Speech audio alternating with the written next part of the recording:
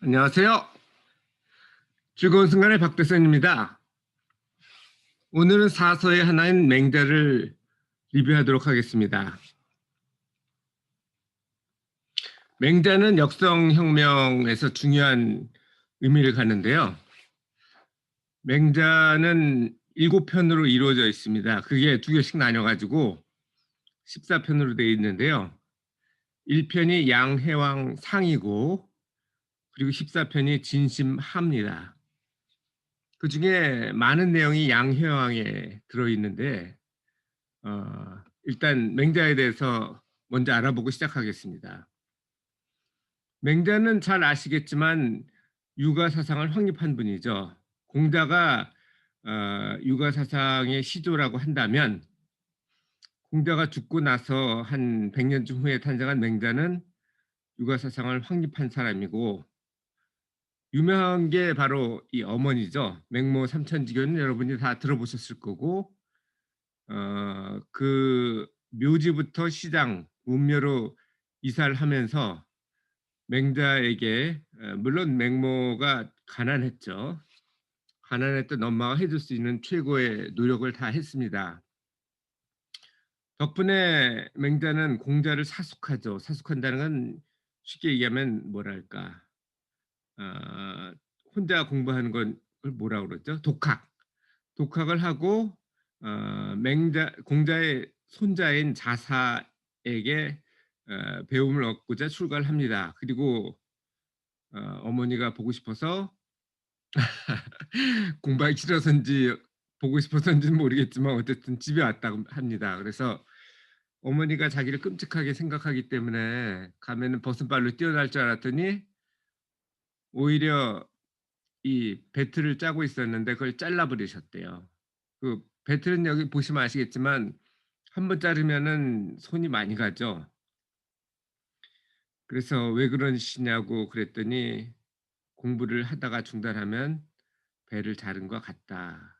얘기를 딱 듣고 다시 돌아가서 공부에 정진을 해서 지금의 맹자가 됐습니다. 그래서 맹모 삼천지교는 어릴 때 했던 거고 맹모 당기지교는 좀 더 커서 나름 어느 정도 성과는 있었지만 성공하지 못했을 상태에서 어머니가 했던 방법입니다. 아주 중요한 건데요. 어, 이 공자에서 맹자까지 이뤄진 항맥은 저번에 제가 논어할 때도 간단하게 말씀드렸지만 핏줄은 공자에서 자서로 이어지고요. 그 사이에 이제 공자의 수제자인 안현이 있었고 증자는 제가 대학 할 때 한번 언급을 한 적이 있죠. 그리고 자서를 거쳐서 맹자로 이어집니다. 그러니까 여기 보시면 논어 공자 그리고 대학 증자 그리고 마지막으로 온 게 맹자. 여기 중용만 빠졌네요. 중용이 어디 자사가 아마 중용인 것 같은데 그거는 제가 읽질 않아서 죄송합니다.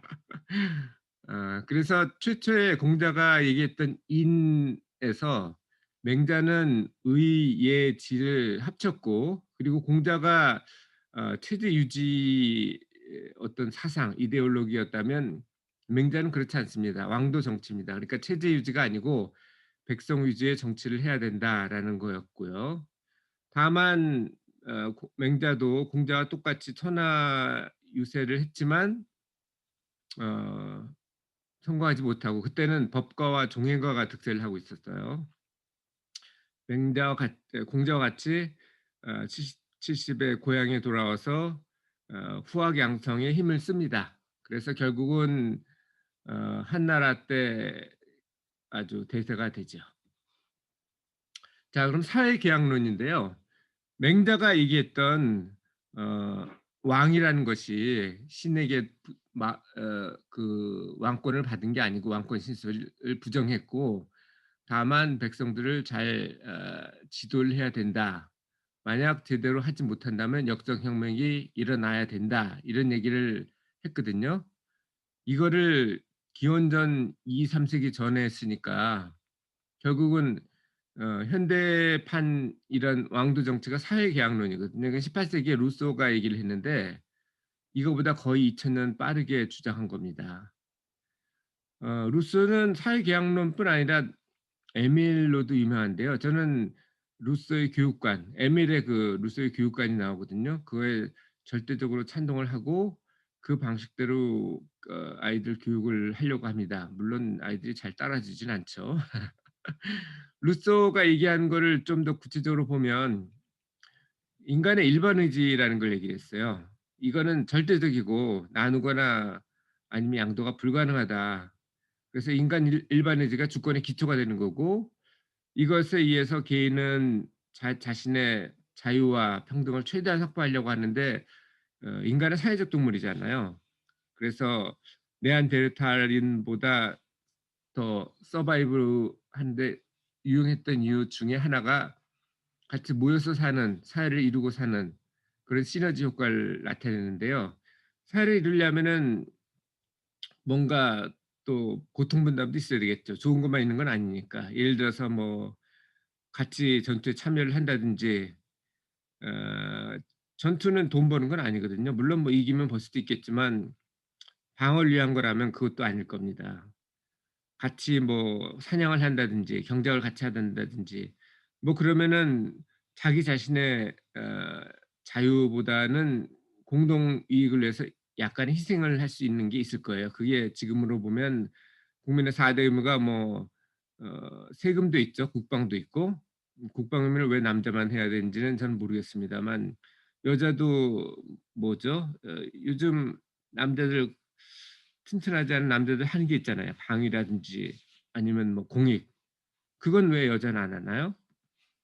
뭐 여자는 아이를 낳지 않냐. 맞습니다. 그러면 남자가 젊고 튼튼한 남자가 군대를 가야 된다면 젊고 튼튼한 여자도 아이를 낳아야죠. 지금 같이 가면 한국이 최초로 사라지는 나라가 될지도 모릅니다. 뭐 한 명 정도 낳는다 그러니까요. 어쨌든 사회 계약은 공동 이익을 위한 최소한의 약속이고 이 사회 계약에 의해서 왕이 그 권력을 받았다고 보는 게 루소의 사회 계약론입니다. 당연히 당시에는 환영을 못 받았죠.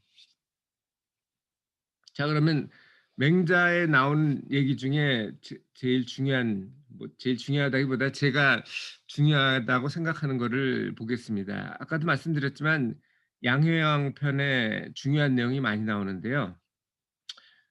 맨 밑에 인제 제선왕에서도 일부 나옵니다. 왕도 사성을 얘기를 했죠. 그게 중국에서는 삼왕 오제부터 이렇게 쭉 내려오는데 하나라, 은나라, 주나라 이런 식으로 내려가잖아요. 근데 최초의 하나라는 뭐 아직 발굴은 안 됐기 때문에 역사상의 역사가 아니고 뭐랄까 선사 시대고 전설이라고 볼 수 있죠. 단군 왕검처럼. 하나라가 거랑 때 뭐 주지웅님이니 뭐니 해 가지고 나빠서 은나라 탕왕이 하왕을 물리치고 새로운 나라를 천하를 새롭게 잡았다 이런 얘기를 하는데 그거에 대해서 제선왕이 물었을 때 맹자는 그런 얘기를 합니다. 루소의 사회계약론이나 똑같은 얘기를 하죠.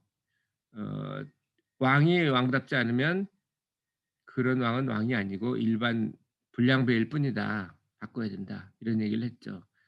파격적인 얘기죠. 그거가 아까 말씀드린 사회계약론과 관련된 왕도 정치 얘기고 양회양에게 공자님처럼 어떻게 뜻을 필라고 양나라 원래는 위나라였죠.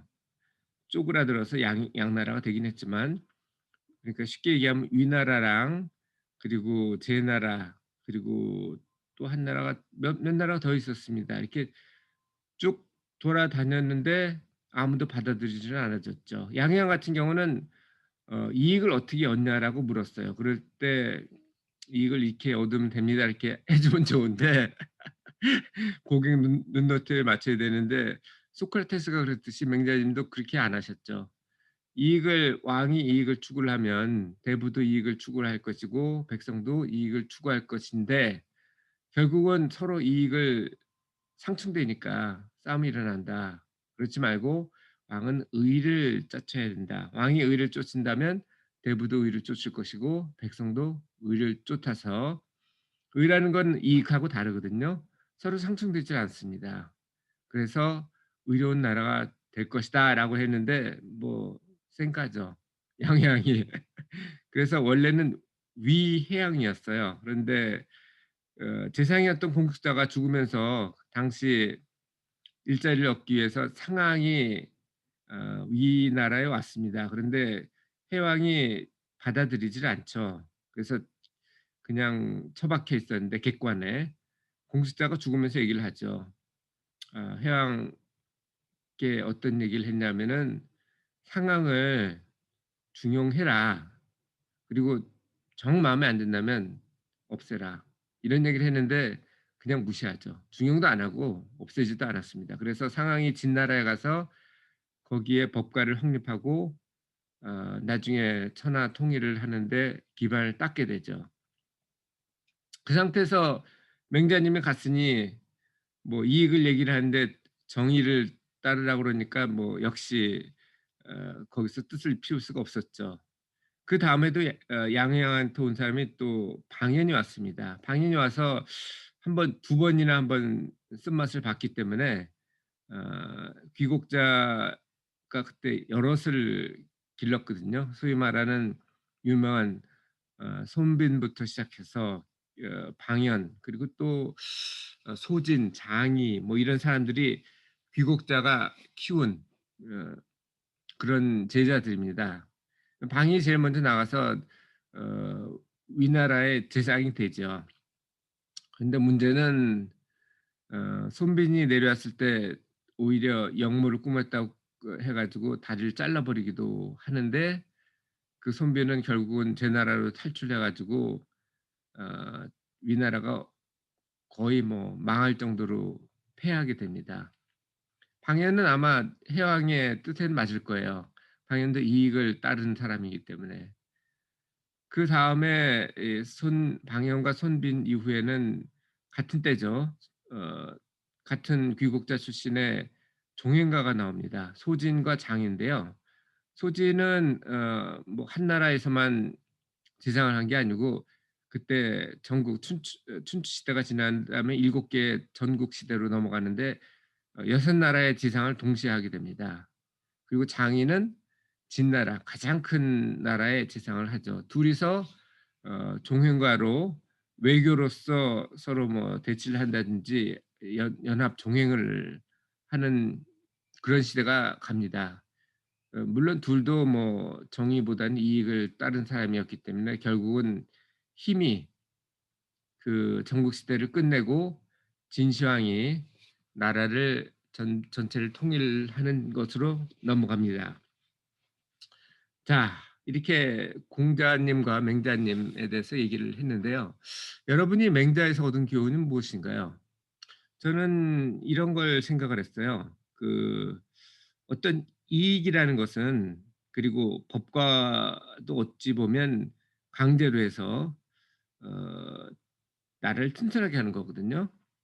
그게 단기적인 효과가 있습니다. 당장 나의 이익을 따르면 내가 배가 부르고 맛있는 걸 먹고 등 따숩고 하고 법과 어떤 의의보다는 법, 강제를 통하면은 나라가 단기간에는 흥할 수도 있어요. 하지만 백성들이 그걸 원할까요? 백성을 진정으로 원하는 것이 혹은 다른 사람을 진정으로 원하는 것이 단기적으로는 손해일지 몰라도 장기적으로는 결국 인심을 얻고 천하를 얻는 그런 방안이 아닌가 생각을 해 봤습니다. 그래서 육아가 사실 육아도 뭐 좋은 점이 뭐 전부 다 좋다고는 안 합니다. 뭐 단점은 있죠. 하지만 뭐 단점보다 장점이 더 많으면 되는 거 아닐까요? 장점이 훨씬 더 많았기 때문에 결국은 중국을 그리고 중국뿐 아니라 우리나라까지 지배하는 사상이 되지 않았나 이런 생각을 해 봤습니다. 여러분도 한번 읽어 보세요. 맹자 재밌습니다. 그리고 사기에서도 제가 언급을 했지만 그 내용과도 이렇게 가로 세로로 엮이면서 입체적으로 다가옵니다. 그리고 중요한 거는 역사는 중국 역사뿐 아니라 모든 역사는 다시 반복이 된다는 거죠. 그러면 인생을 여러분의 인생도 좀 더 알차게 살 수 있지 않을까 그렇게 생각을 해 봅니다. 자, 그럼 오늘도 즐거운 순간의 박대선이었습니다. 감사합니다.